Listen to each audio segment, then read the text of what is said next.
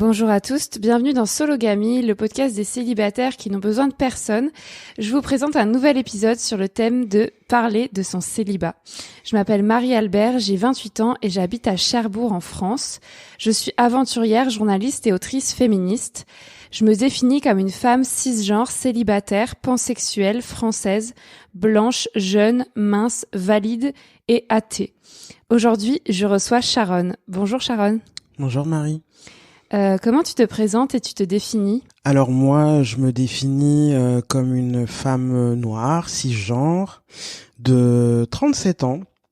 Vivant dans le 93 et je suis conseillère conjugale et familiale. Merci Sharon.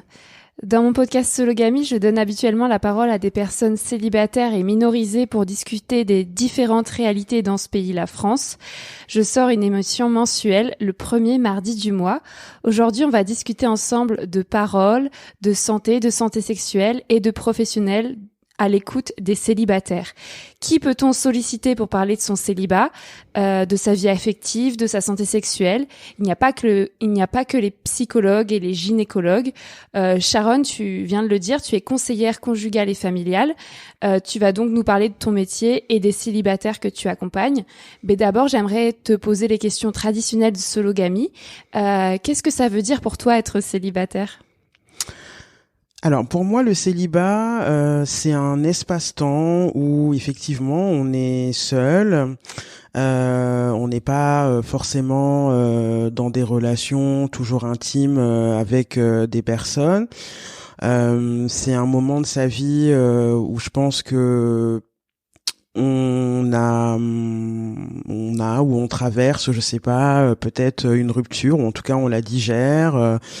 C'est une période où, passé peut-être cette rupture, on a retrouvé un équilibre et on essaye d'avancer, de se construire, de se questionner sur sa manière de relationner avec les autres. Et le célibat, pour moi, c'est vraiment un peu comme une chambre où c'est ta chambre et tu vas l'aménager, l'installer, la penser, la réfléchir, la construire à ta manière pour qu'elle soit la plus chillante qui soit et de faire venir dans cette chambre finalement des personnes qui te font du bien, qui t'apprécie pour ce que tu es, qui te respecte pour ce que tu es. Et c'est un espace que tu peux ouvrir, parfois fermer pendant une petite période, des fois pendant une longue période. Le temps peut-être de te rétablir, de te remettre, de te reconstruire des fois. Moi j'aime bien dire un espace-temps parce que c'est... je trouve un espace qui est mouvant en fait. Le célibat, c'est pas figé. Il y a plusieurs manières de définir son célibat, d'en parler. Moi je me dis que c'est vrai qu'objectivement je suis seul, j'ai pas de partenaire, mais j'ai l'impression d'être entouré parce que j'ai des proches, j'ai de la famille, je continue de relationner. Parfois même de désirer, donc c'est un moment de la vie qui est dynamique mais qui aussi peut être aussi challengeant quoi. Du coup, ma seconde question c'est est-ce que tu es célibataire ? Est-ce que tu as souvent été célibataire dans ta vie ? Oui, moi je suis célibataire et j'avoue que j'ai bien squatté le célibat à différents moments de ma vie. Je dirais que la période la plus longue là c'est maintenant parce qu'à une trentaine bien avancée je trouve que le célibat prend une autre tournure, en tout cas dans ma vie a pris une autre tournure, celle de l'apaisement et de la reconstruction aussi d'un nouveau système relationnel. Donc je suis en réflexion sur la manière dont je peux interagir avec les autres, relationner avec les autres, voir comment moi je me place aussi dans mon propre écosystème des relations et du coup oui, il y a eu plusieurs périodes de célibat, certaines ont été très douloureuses et il a fallu du temps pour se remettre de certaines relations, mais là je dirais que le célibat est plutôt choisi, donc c'est peut-être la différence avec les autres fois. Et est-ce que tu l'as dit, est-ce que tu as dit si tu étais hétéro ou pas? Alors, c'est vrai que non, je me suis pas définie. J'aurais envie de te dire que moi, je me définis plutôt comme une hétéra dissidente. C'est-à-dire que je me place à un endroit de l'hétérosexualité où je sens que l'hétérosexualité en tant que système ne me convient pas en tant que femme noire. Je me reconnais pas dans les assignations et dans beaucoup d'attendus en fait qui sont imposés aux femmes. J'ai du mal, en tout cas moi, à trouver ma place effectivement dans un système hétérosexuel qui revendique et fait la promotion de l'amour romantique, dans lequel les narratives souvent ne sont pas toujours pensées pour les personnes racisées. Et c'est vrai que je me rapproche gentiment mais sûrement, j'allais dire, d'une sortie de l'hétérosexualité, mais du coup ma sortie serait le célibat. Voilà. Moi aussi. Est-ce que tu relis bonheur et couple? Écoute, j'ai envie de dire que je pense que le bonheur, on le crée là où l'espace le permet, et si le couple, pour certaines personnes, est un endroit où il est possible de créer du bonheur, tant mieux. Moi, je dirais que j'essaye en tout cas de façonner ce bonheur déjà dans les relations que j'ai. Je pense que le bonheur ne se construit pas uniquement dans le couple, il se construit ailleurs. En tout cas, moi j'ai la chance d'avoir de la famille, des proches, des amis, une communauté qui me nourrit aussi. Donc et j'arrive à avoir des vrais moments de bonheur avec ces personnes. Donc non, tout se joue pas dans le couple, au contraire, beaucoup de choses se jouent à l'extérieur aussi du couple, et des fois ça peut même nourrir le couple, mais pour l'instant moi c'est pas aujourd'hui le couple la réponse qui me convient. Comment tu évalues ta santé mentale aujourd'hui?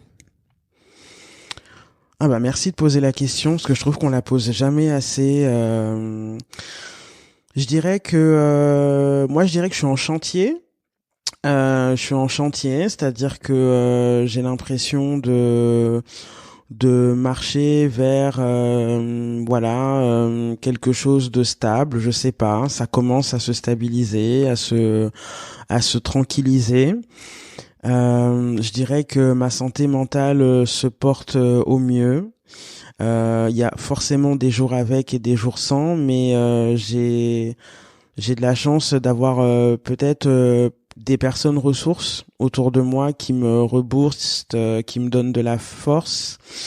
Et puis aussi parce que j'ai un travail aujourd'hui qui me permet aussi de me régénérer un peu et de prendre du recul et de réfléchir. Enfin voilà, moi je trouve que ma santé mentale aussi se porte mieux quand aussi je suis en réflexion, je trouve, mais dans une volonté de construire des choses, je suis dans une dynamique de construction, de bâtisseuse un peu, donc c'est dans ce sens-là où je trouve que ma santé mentale se porte mieux. Trop intéressant. Est-ce que ton célibat pèse sur ta situation financière? Est-ce que pour toi c'est plus cher de vivre seul? Est-ce que tu vis seul? Ou au contraire, ça va? Alors, je dirais que j'ai connu des célibats beaucoup plus précaires, vraiment, et en fait, c'est même dans ces célibats-là que j'ai pris conscience que je pouvais compter que sur moi-même financièrement, et que j'étais aussi peut-être contrainte aussi d'élever peut-être mon niveau de vie aussi, enfin en tout cas d'élever clairement aussi ma rémunération, de repenser aussi mes nouveaux terrains professionnels, parce que jusqu'ici je pense que je dévaluais beaucoup mon célibat et je me contentais de la précarité que je pouvais avoir. Et quand je dis précarité, pour être aussi clair, c'est que je suis quelqu'un qui a tout le temps travaillé, mais c'est vrai que je pense que quand t'es célibataire, des fois tu dévalues aussi, je trouve, tu dévalues aussi ta qualité de vie. Et du coup, moi, pendant très longtemps, j'ai eu des phases de célibat où ma vie professionnelle, je surinvestissais en fait la vie professionnelle au détriment en fait d'une paix et d'un bien-être et d'un équilibre, voilà. Et financièrement, en fait, ça allait pas, quoi.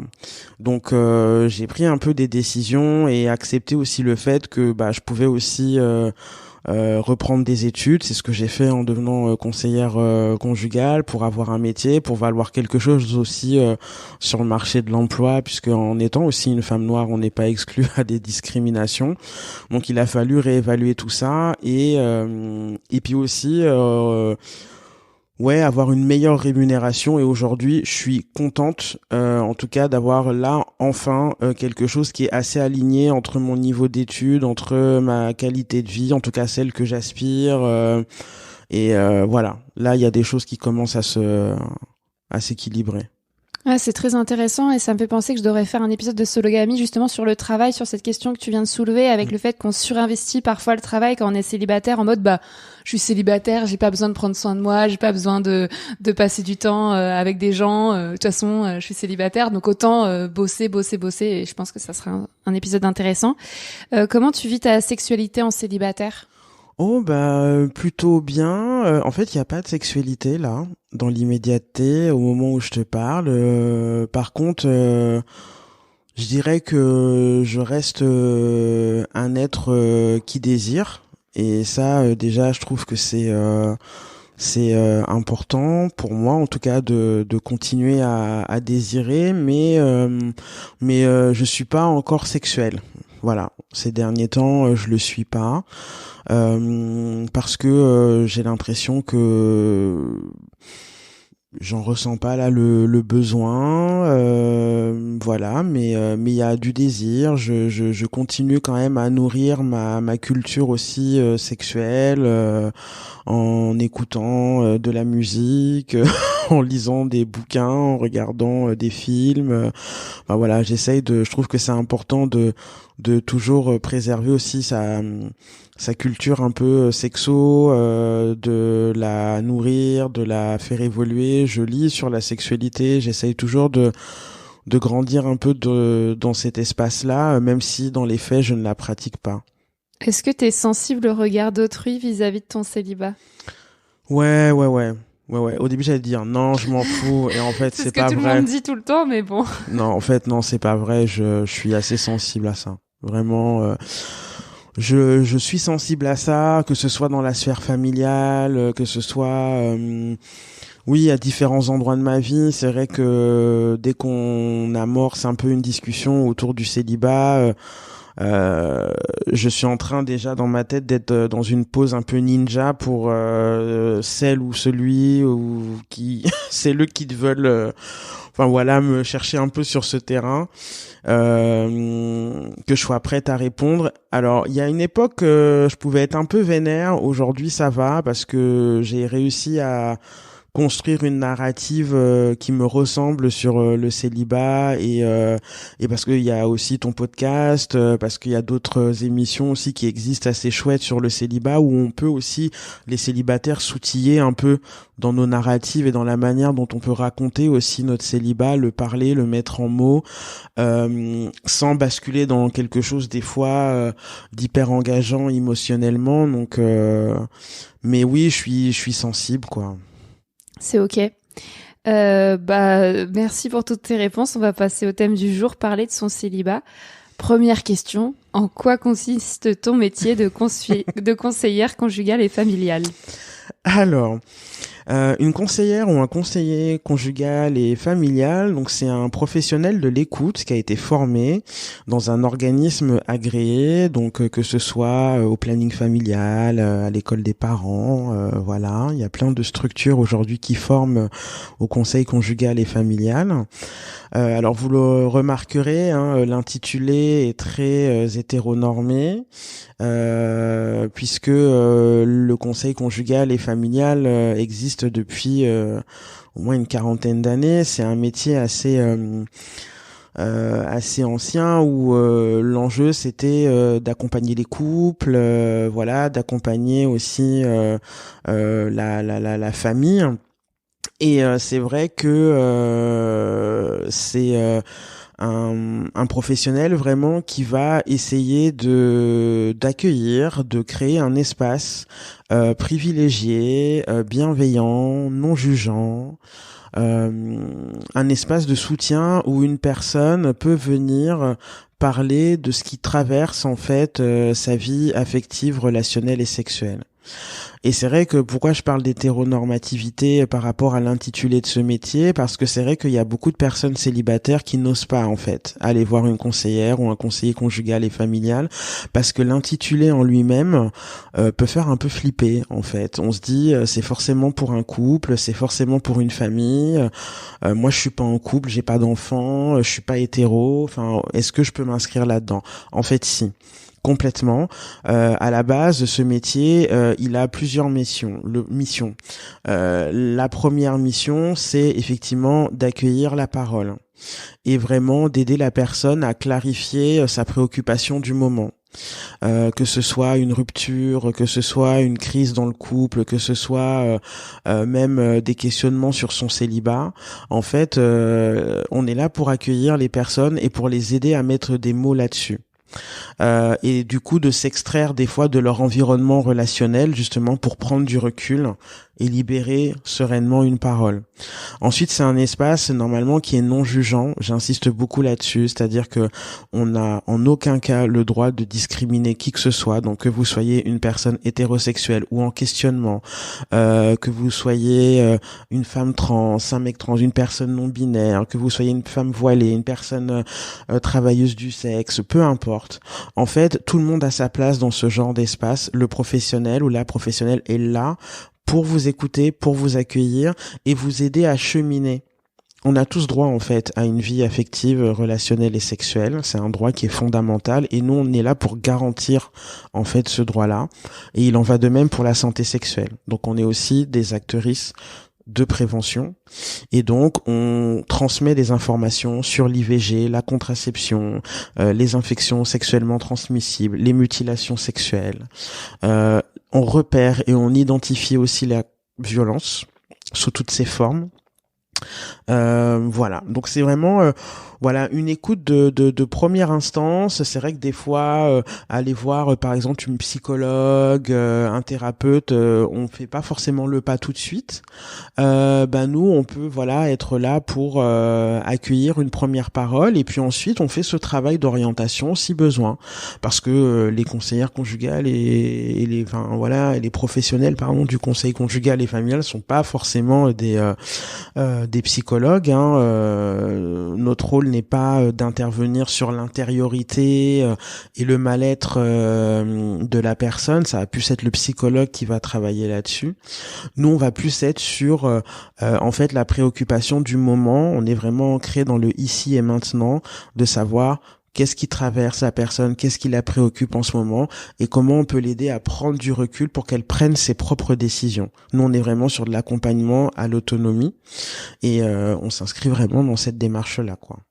Donc, si je résume, conseillère conjugale et familiale, c'est ce qu'on voit dans les films, le gros cliché du couple en crise qui vient voir une conseillère ou un conseiller pour parler de ses problèmes. Mm-hmm. Ça, c'est un cliché. Et ce que tu es en train de dire, c'est qu'en fait, qui qu'on soit, quelle que soit notre situation, notre identité, notre orientation sexuelle, on peut aller voir, on peut solliciter cette personne et lui parler de nos problématiques. Donc, par exemple, si je suis célibataire et que je me pose des questions par rapport à mon célibat ou que, comme tu l'as dit au début de l'épisode, je suis en souffrance vis-à-vis d'une rupture, plutôt que d'aller directement voir une psychologue, on peut aussi solliciter une conseillère. C'est ce que tu dis. Oui, complètement. C'est-à-dire que en fait, et là c'est vraiment un message que j'ai envie d'adresser aux célibataires, c'est que en fait toutes les relations peuvent être mises en mots et peuvent être parlées devant un professionnel. Les relations de couple évidemment, mais en fait le célibat aussi. Et c'est vrai que très souvent, et pour avoir accueilli des personnes célibataires, beaucoup s'abstiennent en fait d'aller voir des professionnels de l'écoute. l'exemple des conseillères conjugales, mais des fois ça peut être aussi des psychologues ou autres, parce qu'on a un peu le sentiment qu'on n'est pas légitime en fait à aller dans ces espaces-là, parce qu'on n'a pas de vie sentimentale et donc, mais en fait si, quand on est célibataire, on continue de relationner en fait, on relationne avec des gens de la famille, des fois ou avec des potes, et en fait, dans un rendez-vous en fait avec une conseillère conjugale et familiale, il y a de la place pour parler de ces désillusions amoureuses, il y a de la place pour parler de l'amitié, il y a de la place pour parler de l'amour de soi, il y a de la place pour parler aussi du célibat, dans ce qui peut être compliqué, dans ce qui peut être aussi questionnant. Aussi, j'arrive pas à me situer, j'arrive pas à savoir comment je peux de nouveau relationner avec les autres parce que j'appréhende, parce que j'ai peur de reproduire des schémas que j'ai reproduits dans mes précédentes relations, parce que j'ai envie de dater sur les applications de rencontres et en fait je flippe parce qu'en fait c'est quelque chose que j'ai jamais fait. Ou parce que aussi c'est hyper violent pour moi en fait d'aller dans ces espaces parce que très vite je me rends compte qu'il y a on me tacle sur mon physique, sur plein de choses, et en fait tout ce que traversent les célibataires pendant cette période-là en fait c'est vraiment pas à mettre de côté et c'est vraiment à accueillir et c'est pour ça que ça a vraiment sa place dans des rendez-vous de conseillère conjugale et familiale, vraiment. Donc toutes les personnes qui ont été formées à ce métier sont normalement habilités à recevoir des célibataires et peuvent pas nous rejeter. Ce que tu dis, c'est qu'on est légitime à les solliciter. Parce que comme tu disais, l'intitulé du métier, outre que ce soit hétéronormé, on peut se dire conjugal et familial. De fait, ça nous exclut, nous, les célibataires. Ce que tu dis, c'est qu'on peut aller voir n'importe quel conseiller, conseillère, on est légitime. Complètement. Et en fait, avant de faire couple, déjà, il y a la question de la rencontre et il y a la question de son rapport à l'autre et de l'altérité et comment on a envie de relationner, où est-ce que on se situe sur le marché de l'amour. Enfin, tu vois, il y a des personnes certes qui peuvent venir déjà en couple, mais il y a des personnes qui sont dans des sas où elles sont en questionnement même sur le couple, sur la manière dont elles ont envie de relationner avec les autres. Est-ce que j'ai envie d'être dans une relation longue? Est-ce que j'ai envie d'être dans des trucs un peu one shot? Est-ce que donc ça a complètement sa place en fait. Les personnes célibataires, au contraire, je pense que si on leur accordait davantage de lieux et d'endroits où elles peuvent parler sans être jugées, sans être influencées, des fois aussi par l'entourage, en fait, ça permettrait aussi de vivre en tout cas cette période-là avec beaucoup plus d'apaisement. Et la réalité, c'est que les célibataires aussi, il y a tout un poids aussi social, administratif, financier. Enfin, je veux dire, c'est aussi beaucoup de tout porter sur ses épaules et des fois la gestion de tous ces aléas du quotidien, ça vient compliquer aussi la vie affective, relationnelle et sexuelle et du coup, ça nous permet pas forcément d'être des fois bien dans nos pompes et que d'avoir un endroit où on n'est pas jugé, où on n'est pas critiqué sur ce qu'on est, mais plutôt accueilli tel que l'on est avec nos vulnérabilités, parce que c'est aussi ça, passer le pas de venir voir une conseillère conjugale, c'est aussi mettre sur la table une ou plusieurs vulnérabilités et de travailler aussi là-dessus. Mais moi, j'aurais peur si je vais voir une conseillère, vu l'intitulé du poste, t'as dit que le non-jugement c'était important, qu'elle essaie de me convaincre que je dois me remettre en couple. Enfin, pas qu'elle me donne des ordres, mais j'aurais peur que ce soit un chemin vers la remise en couple. Est-ce que toi, quand tu reçois des personnes célibataires, tu fais attention à justement pas les inciter à quoi que ce soit ou... En fait, c'est un métier où on n'est pas censé être dans l'influence et dans la reproduction d'injonctions ou d'oppressions que les personnes célibataires peuvent subir au quotidien. C'est-à-dire que nous, on est écoutantes. On est dans de l'écoute active. Mais vous donnez des conseils aussi. On ne donne pas de conseils. Non. C'est pour ça que je dis que l'intitulé de ce métier n'est pas représentatif en fait de ce qu'est ce métier réellement, parce qu'on donne aucun conseil. On tient un conseil, en fait. C'est-à-dire que nous, ce qui va nous intéresser, c'est en gros, t'es une personne célibataire, on va t'offrir un espace, tu vas te poser et on va discuter, en fait. On va discuter et tu vas finalement partager ce qui te préoccupe dans ton célibat, tes craintes, tes peurs, tes interrogations. Tu vas parler de ta santé sexuelle. Et en fait, nous, on va être là pour t'écouter, On va être là pour des fois reformuler aussi parce que des fois on dit des choses mais on n'est pas très sûr de soi et en fait on va faire un peu ce que tu fais, c'est-à-dire alors voilà, donc si j'ai bien compris, tu vis ça. Tu expérimentes ça, tu ressens ça. Et en fait, des fois, on va même utiliser des outils, je sais pas, une roue des émotions, parce que des fois, on n'a pas les mots aussi pour parler de nos émotions. Et quand on est seul, des fois, ben voilà, on n'a pas, on peut être aussi très préoccupé dans l'esprit et pas avoir ni le temps, ni l'énergie et des fois on a besoin d'être aidé et ben on va être aussi là pour t'aider à trouver les mots. OK, donc t'as été blessé, t'as été heurté. OK, donc tu t'es senti dévalorisé. Enfin voilà, donc il y a aussi ce travail là autour du langage, autour de la mise en mots qui est hyper important et il n'y a pas d'injonction à remettre en couple. En fait, on t'accompagne, on chemine avec toi, mais c'est toi qui définis aussi la direction que tu veux donner aux choses en fait. On est vraiment ancré sur ta temporalité. Si t'es pas prête pour te mettre en couple, eh ben tu peux dire ouais, moi j'ai pas envie d'être en couple. C'est pas mon truc en fait. Et c'est OK. Et si la personne te demande des conseils, tu fais comment? Te pose des questions? Mais en fait, moi, si la personne me pose les questions, moi, je lui rappelle que d'une part, moi, je peux pas répondre à ces questions, mais par contre, je peux identifier le sujet peut-être qui la préoccupe, et à ce moment-là, on peut approfondir en fait les choses. C'est-à-dire que, tu vois, si une personne me dit, mais est-ce que vous devriez vous mettre en couple? J'ai surtout envie de lui dire, mais est-ce que vous désirez vraiment être en couple? Est-ce que dans l'état dans lequel vous êtes aujourd'hui, quand vous me parlez un peu de tout ce que vous évoquez sur vos relations, sur vos précédentes relations, est-ce que aujourd'hui ça correspond vraiment à votre besoin, à votre envie, à votre désir? C'est aussi ramener la personne aussi à elle, à ce qu'elle ressent, à ce qu'elle vit et se détacher aussi des injonctions parce que c'est ça aussi qui est intéressant dans ce genre d'espace, c'est que les personnes aussi célibataires, des fois, elles déposent aussi toutes les injonctions aussi qu'on leur impose. Typiquement, par exemple, les femmes cis qui passaient la trentaine, ou du moins qui frôlent la trentaine, le fait de pas avoir d'enfants. Des fois, bah voilà, ça c'est de la pression, des fois qu'elles viennent déposer pendant les entretiens. Et il y a de la place pour pleurer là-dessus, il y a de la place pour se mettre en colère. En fait, on est vraiment là aussi pour accueillir les émotions. C'est OK en fait de pas vouloir d'enfant, de pas se mettre en couple. Comme c'est OK aussi d'avoir un désir d'enfant et peut-être d'avoir ce désir d'enfant seul, vraiment. Enfin, il y a vraiment de la place pour échanger, pour dialoguer, pour on est là aussi pour redonner aussi de la légitimité aux émotions. Voilà, on n'est pas là pour les invalider, mais au contraire, pour vraiment leur donner une vraie place, quoi. Et si la personne a des questions techniques, je sais pas, par exemple sur les IST, sur la santé, est-ce que si tu as la réponse, tu vas lui donner ou pas? Complètement. Okay.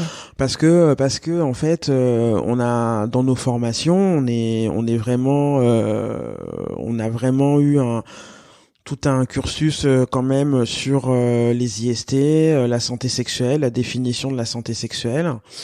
Et moi, je suis très attaché aux droits sexuels des personnes, notamment aux personnes minorisées et aussi à la santé sexuelle des personnes célibataires. Parce que en fait on pense souvent et là encore que le célibat, alors soit c'est une période où on s'envoie en l'air avec la terre entière et que bah voilà, on est un peu dans l'insouciance ou dans il y a beaucoup de clichés aussi des fois sur le célibat et la santé sexuelle. Des fois moi j'ai des retours d'expérience de dépistage qui se sont pas bien passés parce que les gens se sont sentis jugés.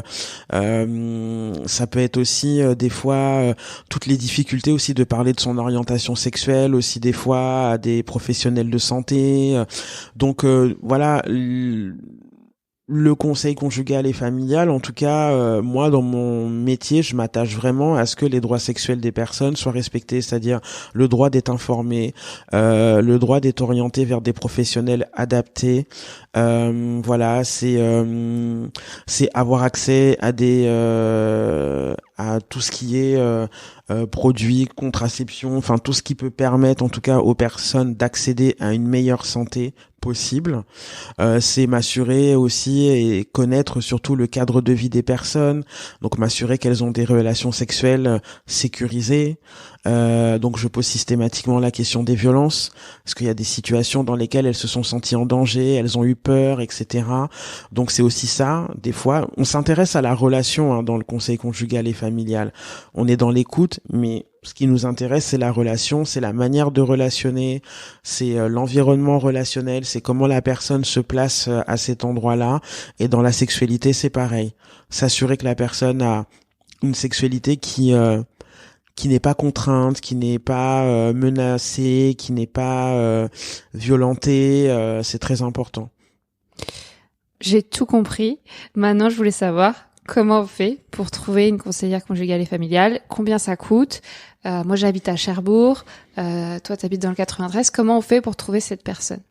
Alors, en fait, une conseillère conjugale et familiale, on peut trouver ce type de professionnel dans des endroits très stratégiques. Donc, le premier, c'est dans les centres de santé sexuelle, ou si ça existe encore, des centres de planification, voilà, qui sont des lieux évidemment d'information autour des questions de la vie affective, relationnelle et sexuelle. Donc, ce sont des lieux normalement qui sont censés être gratuits. En tout cas, les consultations dans ces espaces sont gratuites.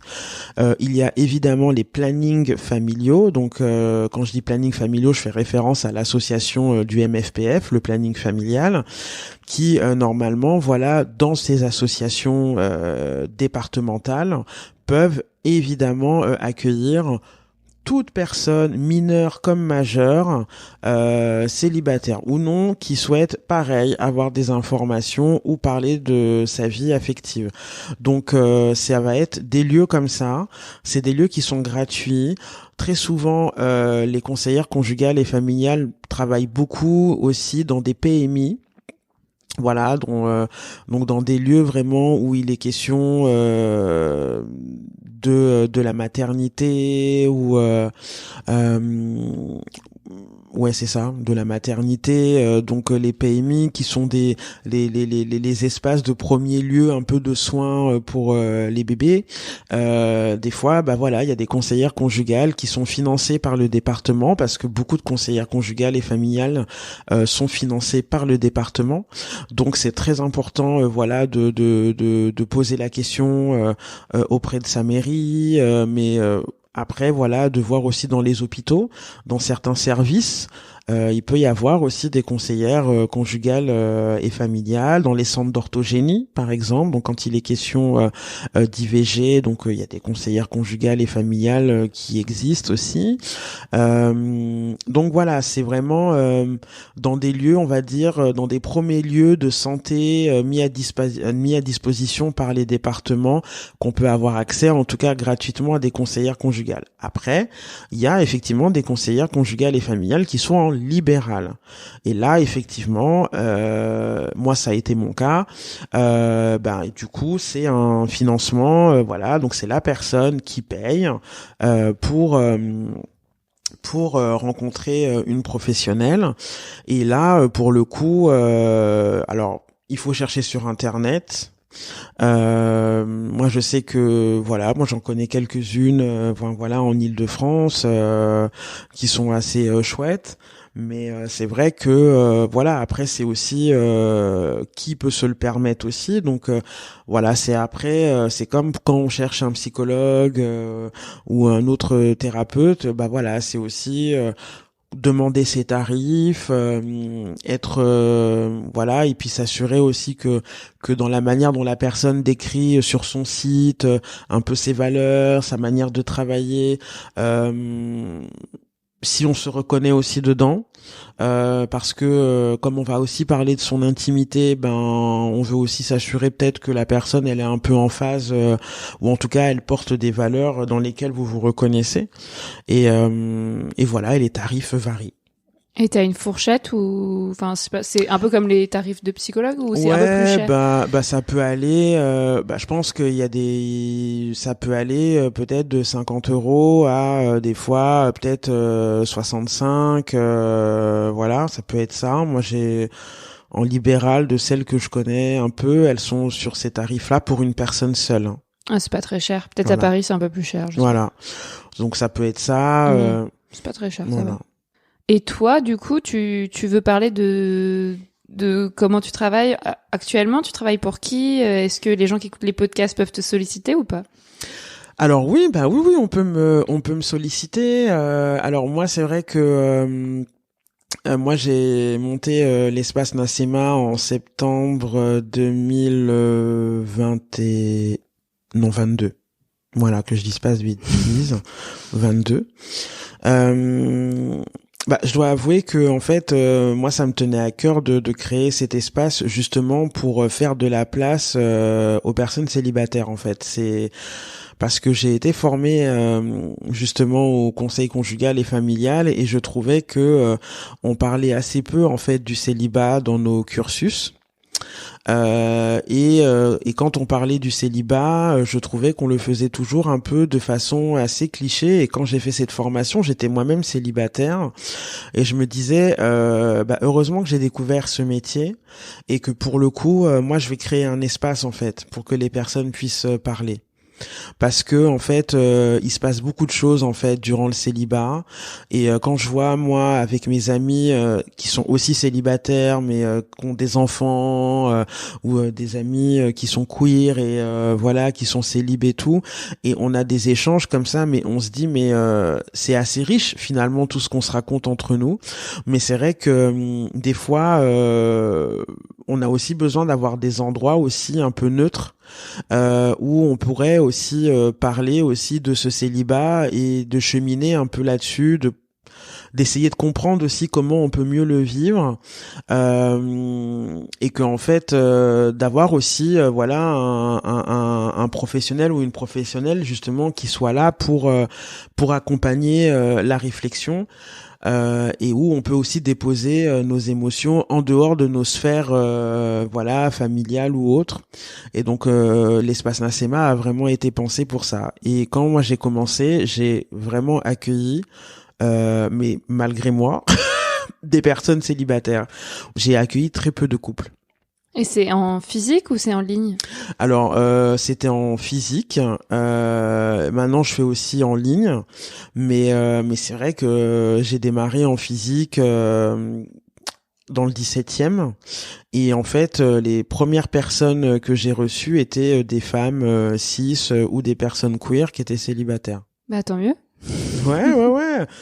Donc ça répondait aussi, je pense, à un besoin, mais je pense que ça répondait aussi parce que moi j'ai parlé aussi de mon célibat, notamment dans le livre Nos amours radicales, et qu'il y a des personnes qui m'ont identifié aussi sur ce sujet-là. Donc je pense que ça a aussi aidé. Voilà et c'est vrai que quand j'explique le métier de conseillère conjugale et familiale, c'est vrai que je m'attache beaucoup à faire un focus aussi sur le célibat. Bon je vais mettre en note du podcast déjà le livre Nos amours radicales puisque en fait c'est un livre collectif où il y a plusieurs féministes qui écrivent au sujet de l'amour et toi t'as écrit notamment je sais pas comment on dit, une partie sur justement l'hétérodissidence dont tu parlais tout à l'heure. Et aussi l'espace Nasema. Du coup, moi, je connais le compte Instagram et les gens, si j'ai bien compris, peuvent t'écrire un mail. Voilà. Si ça les intéresse. Exactement. Et donc, pas forcément qu'ils vivent à Paris. Oui. Peu importe là où vous habitez, c'est complètement possible de se capter en DM et de se prendre un temps après en rendez-vous. Du coup, pour le coup, là, c'est payant, c'est complètement différent de ce qu'on a dit dans les centres de santé. Voilà, après j'avais des questions. De quoi parles-tu avec les personnes célibataires que tu rencontres? Mais ça, tu as déjà répondu, j'ai l'impression. Peut-être, quelles sont les questions qui reviennent souvent?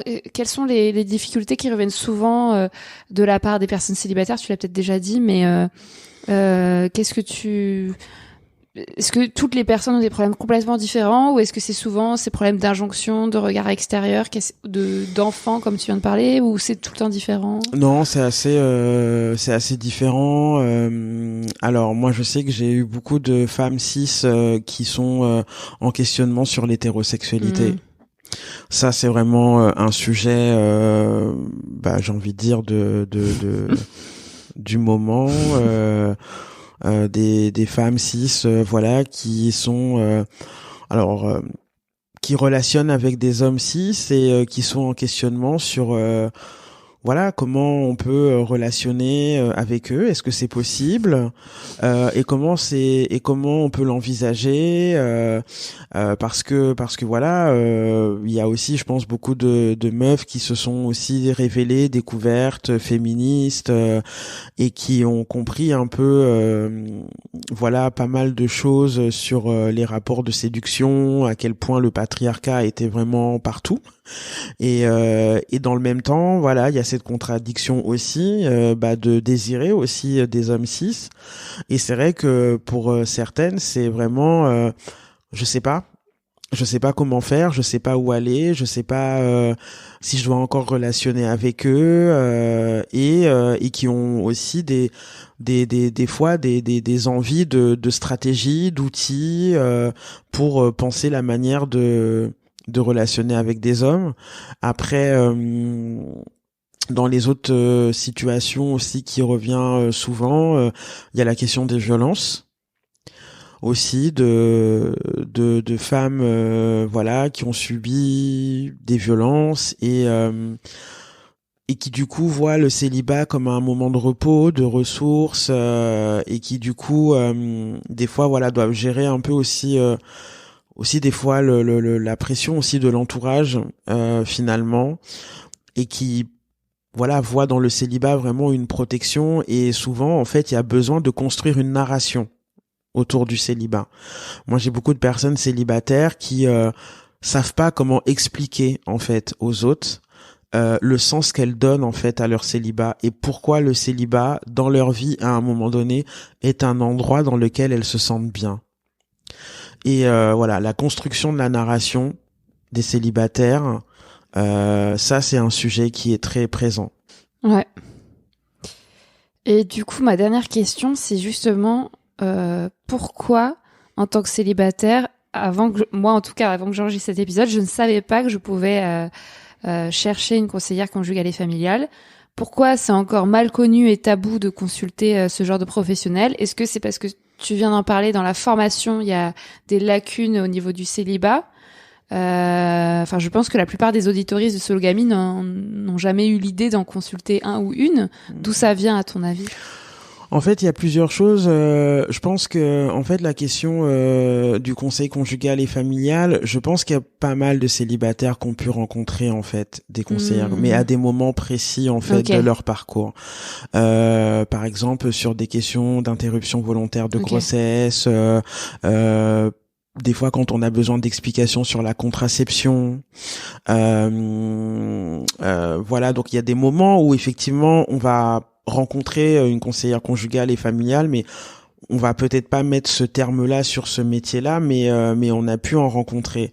Ce qui est en fait compliqué avec je pense, est fascinant et passionnant avec ce métier aussi, c'est que en fait, on est surtout, moi je pense, des écoutantes et des écoutantes de la vie affective, relationnelle et sexuelle. Et il y a peut-être un enjeu à repenser l'intitulé de ce métier pour le rendre justement plus ouvert. En tout cas à d'autres personnes, et que tout le monde se sente à l'aise en fait de venir. Donc il y a l'enjeu aussi de l'intitulé, je pense, qui est important. Même si le couple, même si la famille peut rassurer, mais on n'exclut pas du tout, mais c'est juste les relations en fait qui nous intéressent. Et là il y a quelque chose à imaginer. Ensuite, je pense que ce qui fait qu'après ce métier est méconnu, c'est parce qu'il y a aussi d'autres métiers qui sont peut-être plus identifiés, comme rencontrer une psychologue, rencontrer un psychanalyste, voilà. Mais ce sont des métiers, encore une fois, où on n'est pas sur le même terrain, c'est pas les mêmes modalités d'écoute, on s'inscrit pas forcément sur la même temporalité, mais on peut se compléter. Moi, j'ai eu des personnes célibataires qui étaient suivies par un psychanalyste ou une psychanalyste et qui venaient me voir parce que le focus, c'est vraiment la vie affective, relationnelle et sexuelle. Donc du coup, il y a des fois des choses qu'on n'a pas envie de raconter à sa psy, de sa vie sentimentale, mais qu'on va aussi, on va préférer en parler à une conseillère conjugale et familiale parce qu'elle est dédiée en fait uniquement à ça. Donc voilà. Après oui, je pense que c'est un métier qui gagnerait à être davantage connu et valorisé et médiatisé. Mais parce que encore une fois, je trouve qu'on est dans une société qui est particulièrement où les oppressions ne manquent pas. Et c'est vrai que je pense que la vie affective, c'est quand même un endroit du parcours d'une personne où se niche parfois beaucoup de violence, beaucoup d'oppression, et en plus avec le poids de l'affect, enfin voilà, c'est des fois un espace qui est pas facile à gérer. Et en même temps, on a besoin d'avoir des lieux comme ça d'accueil inconditionnel en fait. Pour parler, pour mettre des mots, pour prendre du recul, pour souffler, pour se reposer. Et dans une société qui tend, je trouve, à être de plus en plus violente, de plus en plus discriminante parfois, et ben d'avoir un endroit où on peut être soi et parler de soi avec ses hésitations, ses vulnérabilités, ben c'est important. Oui. Je suis d'accord. Merci beaucoup, Sharon. Je voudrais qu'on explique aux personnes qui écoutent Sologamie comment on se connaît. Donc, moi, je pense que je te connais parce que ça fait de nombreuses années que tu milites, que tu es un petit peu médiatisée dans des podcasts, dans les milieux féministes, afroféministes. Et puis, tu as écrit ce texte dans Nos Amours Radicales. Et puis après, voilà, tu avais plusieurs comptes Instagram et le dernier, Espace Nassema. Donc, je pense que je te connais comme ça. Est-ce que toi, tu connaissais moi ou Sologamie avant que je t'invite ou pas forcément ? Alors moi en fait quand j'ai ouvert Nassema le compte en fait je crois que moi j'ai d'abord connu un premier podcast qui s'appelait, je crois que ça s'appelle Single Jungle. Et en fait après j'ai commencé à chercher en fait des podcasts sur le célibat et en fait j'étais tombé sur et en fait j'aimais bien l'intitulé en fait j'ai vu Sologamie, je me mais c'est stylé comme nom de podcast et donc c'est comme ça que moi je t'ai découverte en fait. Trop bien. Et ben j'embrasse fort Louisa Amara qui est la créatrice de Single Jungle. Elle t'a pas invité encore ? Si, elle m'a invité. Ah mais oui, en plus je t'ai écouté, c'était dans l'un des premiers épisodes. Ouais. Oui, bah c'est aussi comme ça que je t'ai connue alors. Oui, on embrasse Louisa. Est-ce que tu veux terminer en donnant un dernier conseil ou au contraire tu n'aimes pas donner des conseils ou parler d'un projet ou d'une œuvre culturelle ou est-ce que tu n'as rien à ajouter ? J'aimerais laisser un dernier message en fait aux personnes célibataires qui vont écouter Sologamie et déjà de continuer à écouter Sologamie parce que je crois qu'il est toujours important d'avoir comme ça des ressources sur le célibat et des podcasts, vraiment moi j'encourage vraiment les personnes célibataires à le faire. Moi j'avais aussi envie de dire que ce qui fait qu'on peut aussi je pense en tout cas vivre ou survivre dans son célibat, c'est avoir des zones d'amour. Et en fait, j'insiste beaucoup là-dessus que toute personne célibataire arrive à identifier des zones d'amour. Je sais pas si ce sont vos amis, je sais pas si c'est un espace militant, je sais pas si c'est la famille, etc. Mais je crois que ce qui fait qu'on peut, en tout cas, vivre dans cette chambre que peut être le célibat, c'est aussi parce qu'on sait qu'en sortant, on peut avoir des espaces et des lieux où on est aimé pour ce que l'on est, pour qui on est, et c'est vraiment, je trouve, le plus précieux. en fait, et que la santé mentale, effectivement, des personnes célibataires est un enjeu, je trouve, important. Et vraiment, je crois qu'aller voir des professionnels, c'est toujours une étape qui est compliquée. Je pense que c'est important d'en parler aussi autour de soi, de voir avec ses amis, ses potes, s'ils connaissent telle ou telle personne. Mais passer le pas, ça reste toujours une expérience qui peut être inconfortable au départ, mais ça permet des fois aussi de peut-être de redonner du sens, de clarifier les choses et voilà. Donc moi j'ai surtout envie d'encourager les personnes célibataires à prendre soin d'elles et prendre aussi soin de leur santé sexuelle parce que en fait je crois que c'est aussi un endroit où effectivement on pourrait aussi des fois ne pas être assez informé. C'est aussi un espace où il se joue beaucoup de choses et en fait parler, mettre des mots sur aussi ses pratiques, son orientation sexuelle, son genre, enfin tout ça, c'est plus on tabouise les choses, plus c'est compliqué. Donc je pense que aller en parler auprès de professionnels de l'écoute, c'est aussi encore une fois participer aussi à la construction aussi de sa personne et de son histoire et de ses identités, et ça c'est aussi salvateur, quoi. Merci beaucoup Sharon. On arrête de discuter pour aujourd'hui. Chère auditorice, qu'est-ce que vous avez pensé de cet épisode? Est-ce que vous connaissiez le métier de conseillère conjugale et familiale? Est-ce que vous en avez déjà consulté un ou une pour parler de votre célibat ou d'une autre question? Quelles sont vos principales difficultés en tant que célibataire? Vous pouvez m'écrire pour me répondre. Mon pseudo c'est Marie-Albert FR sur tous les réseaux. Et puis si vous avez aimé cet épisode et que vous voulez soutenir Sologamie, je vous invite comme d'habitude à lui mettre un commentaire, à lui mettre une note sur l'application sur laquelle vous écoutez le podcast. Aujourd'hui, je voudrais citer Suzanne, qui a laissé ce commentaire au sujet de l'épisode 26, justement, dans lequel j'invite Louisa Amara, qui s'appelle Les Sex Friends des Célibes. Suzanne écrit: Coucou Marie, j'espère que tu vas bien. Je tenais à t'écrire un mot pour te dire à quel point ton dernier épisode de Sologamie avec Louisa m'a fait du bien. Si inspirant, si empouvoirant. J'ai versé quelques larmes, je crois. Cela fait un bien fou d'avoir des modèles, notamment plus âgés, pour se projeter en dehors du cadre imposé de la relation de couple hétéro. Merci de nous aider à nous libérer des carcans de cette société. Merci de nous montrer que les relations humaines en dehors du couple hétéro peuvent être aussi diverses, riches et épanouissantes. Depuis cet été, j'écoute Sologamie et enfin je ne me sens plus seule face à mes questionnements, mes contradictions. Je me sens armée pour remettre en question le modèle de couple hétéro par défaut qui ne me convient pas et j'ose m'affirmer pour enfin vivre plus sereinement. Merci Suzanne et bravo à toi pour le chemin parcouru. Dans cet épisode, on a aussi parlé beaucoup de ça, de ce couple hétéro qui ne nous convient pas. Chers auditeurs, vous pouvez donc commenter ce podcast, le partager avec vos proches et participer à ma page, à ma cagnotte sur Tipeee pour soutenir mon travail. Si vous donnez 3 €, 5 € ou 10 € par mois, par exemple, ou juste 1 €, vous rémunérez la production de mes épisodes. Donc aujourd'hui, je vais remercier les personnes qui ont contribué à ma cagnotte ce mois-ci: Aristide, Kevin, Mathieu, Blandine, Elsa, Roxane, Clémence, Héloïse, Charlène et Tara. Merci pour vos dons. Je mets toujours le lien de ma page Tipeee dans la description de l'épisode. Merci à tous. Au mois prochain pour un nouvel épisode de Sologamie. Au revoir Sharon. Au revoir Marie.